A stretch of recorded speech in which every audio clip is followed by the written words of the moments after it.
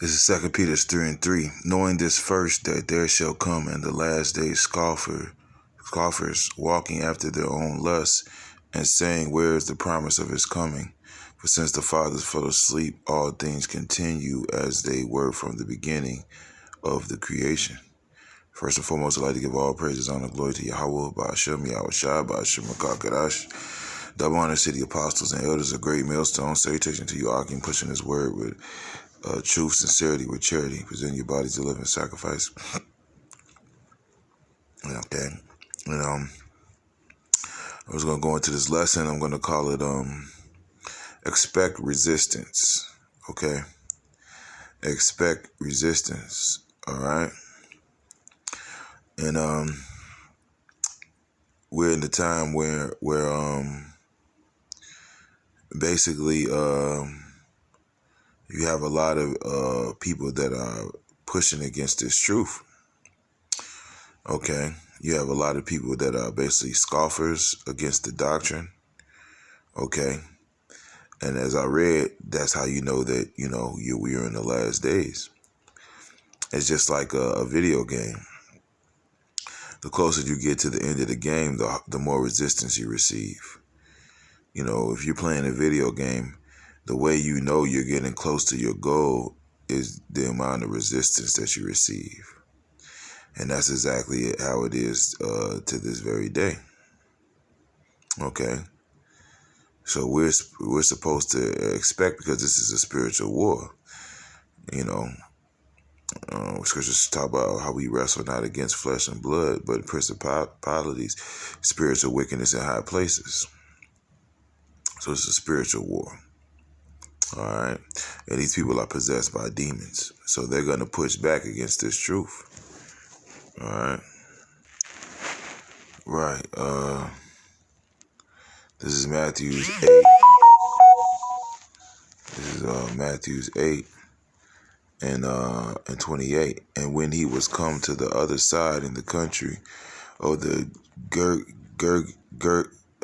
Gergesenes, there met him two possessed with devils, coming out of the tomb, exceeding fierce, so that no man might pass that way.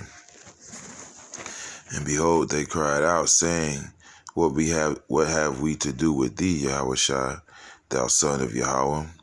Art thou come hither to torment us before the time? All right. And those demons were basically saying, are you coming to basically, remove us out of this body before the time, and to basically, take us out of our comfort zone? Because, demons, they possess people, and they make the mind of that person their home. Okay. And these demons, they were having fun. They didn't want to, get cast out. You know what I mean? Because it was their time. It says, are you coming to torment us before the time? Okay. Knowing that they know that they have a short time, to do what they want to do. All right. And it's the same thing as now. Those demons.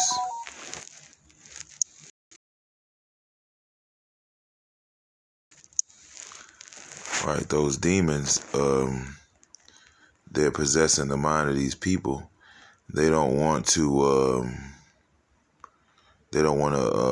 be stopped. Okay, and what the prophets are, they're pretty much party crashers. Okay, the prophets are a signal to let you know that you're at your end. So what we're in right now is demon time. We're in time where wickedness is throughout the whole earth, and demons are basically doing their thing, man. All right. So yeah, they don't want to be stopped. Right. This is Wisdom of Solomon 2. I'm gonna start at 1. For the ungodly said, reasoning with themselves, but not aright.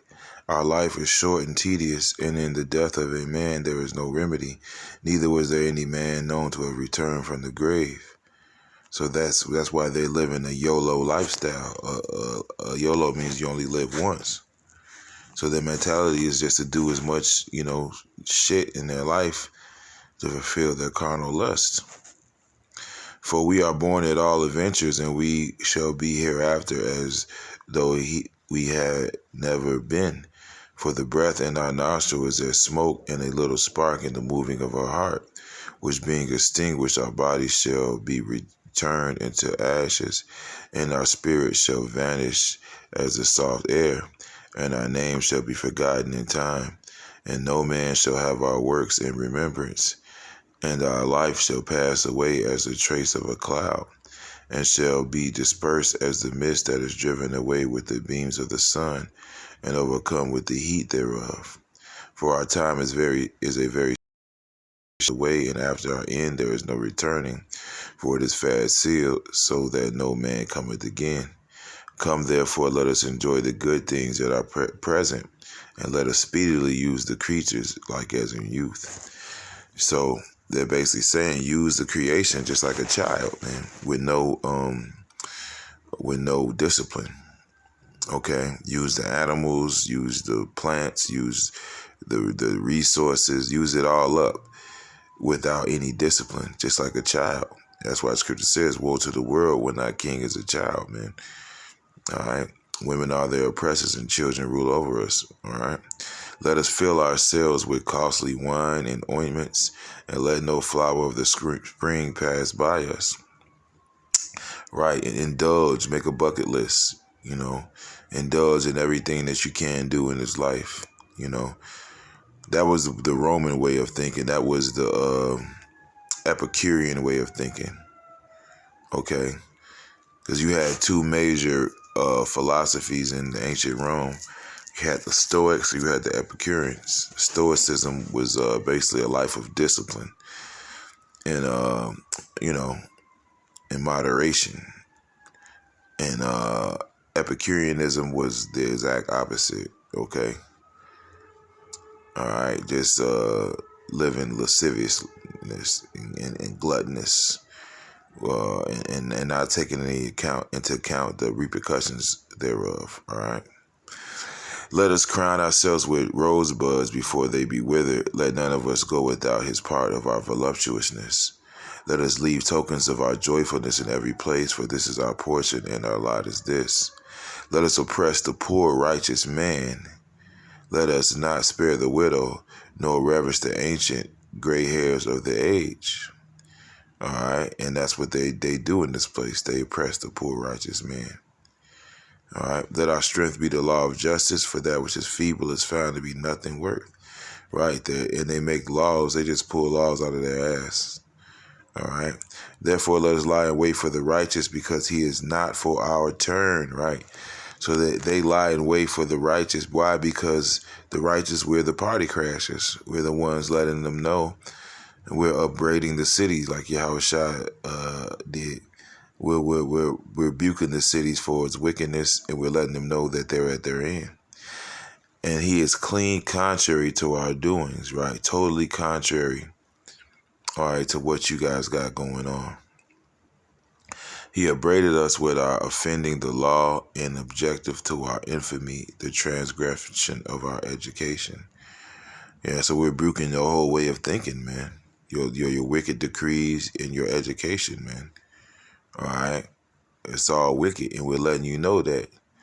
So therefore, these people are going to push back against us. He professes to have the knowledge of Yahweh, and he calls himself the child of Yahweh. He was made to reprove our thoughts. So that's what we're doing, man. We're rebuking the thoughts of the wicked inventions of these people, man. These filthy dreamers, as the scriptures call them. He is grievous unto us even to behold, right? So even seeing us is grievous to them. For his life is not like other men's, his ways are of another fashion. We are esteemed of him as counterfeits. He abstained from our ways as from filthiness.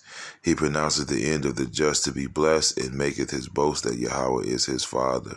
And that's talking about the prophets. Let us see if his words be true, and let us prove what shall happen in the end of him. So they want to put their hands on us, man. You know, this is the pushback. The scripture says the burning wrath of a great multitude is kindled over you, man.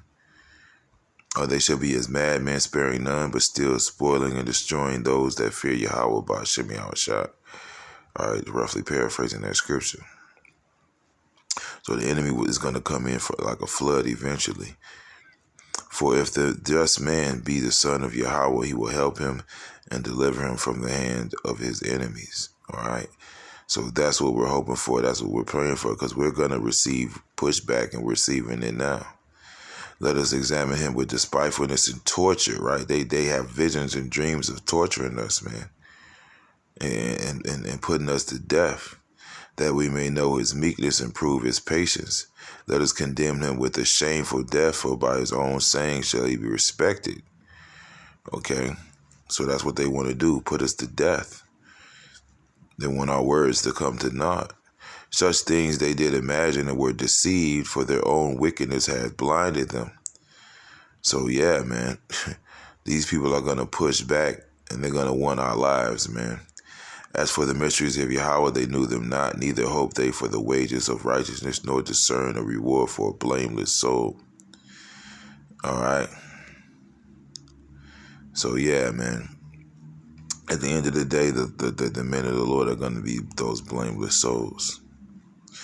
So you can expect pushback, and you know, it's going to come from all directions. It's going to come from family, friends, you know, people you know. It's going to come from, you know, everybody. It's pretty soon we're going to be in the news. We're going to be painted out to be terrorists. You know, this is the pushback we're going to receive. But at the end of the day, Yahweh Shem Yahushua is going to lift up that standard when the enemy comes in like a flood. So there's certain things that we could just expect, man. But the scripture says, cursed be him that doeth the work of the Lord deceitfully, and cursed be him that hold back his sword from blood. So we got to push this word either way it goes. The scripture says, necessity is laid upon me. Woe is unto me if I preach not the gospel. So if we preach not the gospel, then we're going to be destroyed. So we have to do this to get the blood off our hands. So yeah, Akim, you know, it's a little lesson I want to do. Expect pushback. All right. Okay. Expect to be scoffed and these people to push back against this truth, because they're demons, man. You know, they're demons, and we're letting them know that their time is up. And we're playing the part of the party crashers, and nobody likes a party crasher, man. These demons are having fun. This is their time, and they don't want it to end. You know, so they're gonna fight back. Okay. This is a little lesson I wanted to do. I hope it was edifying. With that, I'd like to give all praises and honor and glory to Yahweh, Ba'ashem, Yahushai, Ba'ashem, Rakakadash. Double honor to the apostles and elders of Great Millstone. Salutations to you, I can push in this word with truth, sincerity, with charity. Presenting your bodies as a living sacrifice. To you, Akim, we salute you. Yeah, Shalom and Abba DTA. And may Yahweh Shem Yahushua make a speedy return and a speedy riddance of the wicked, you know, especially when they try to put their hands on us. All right. So yeah, Shalom and Abba.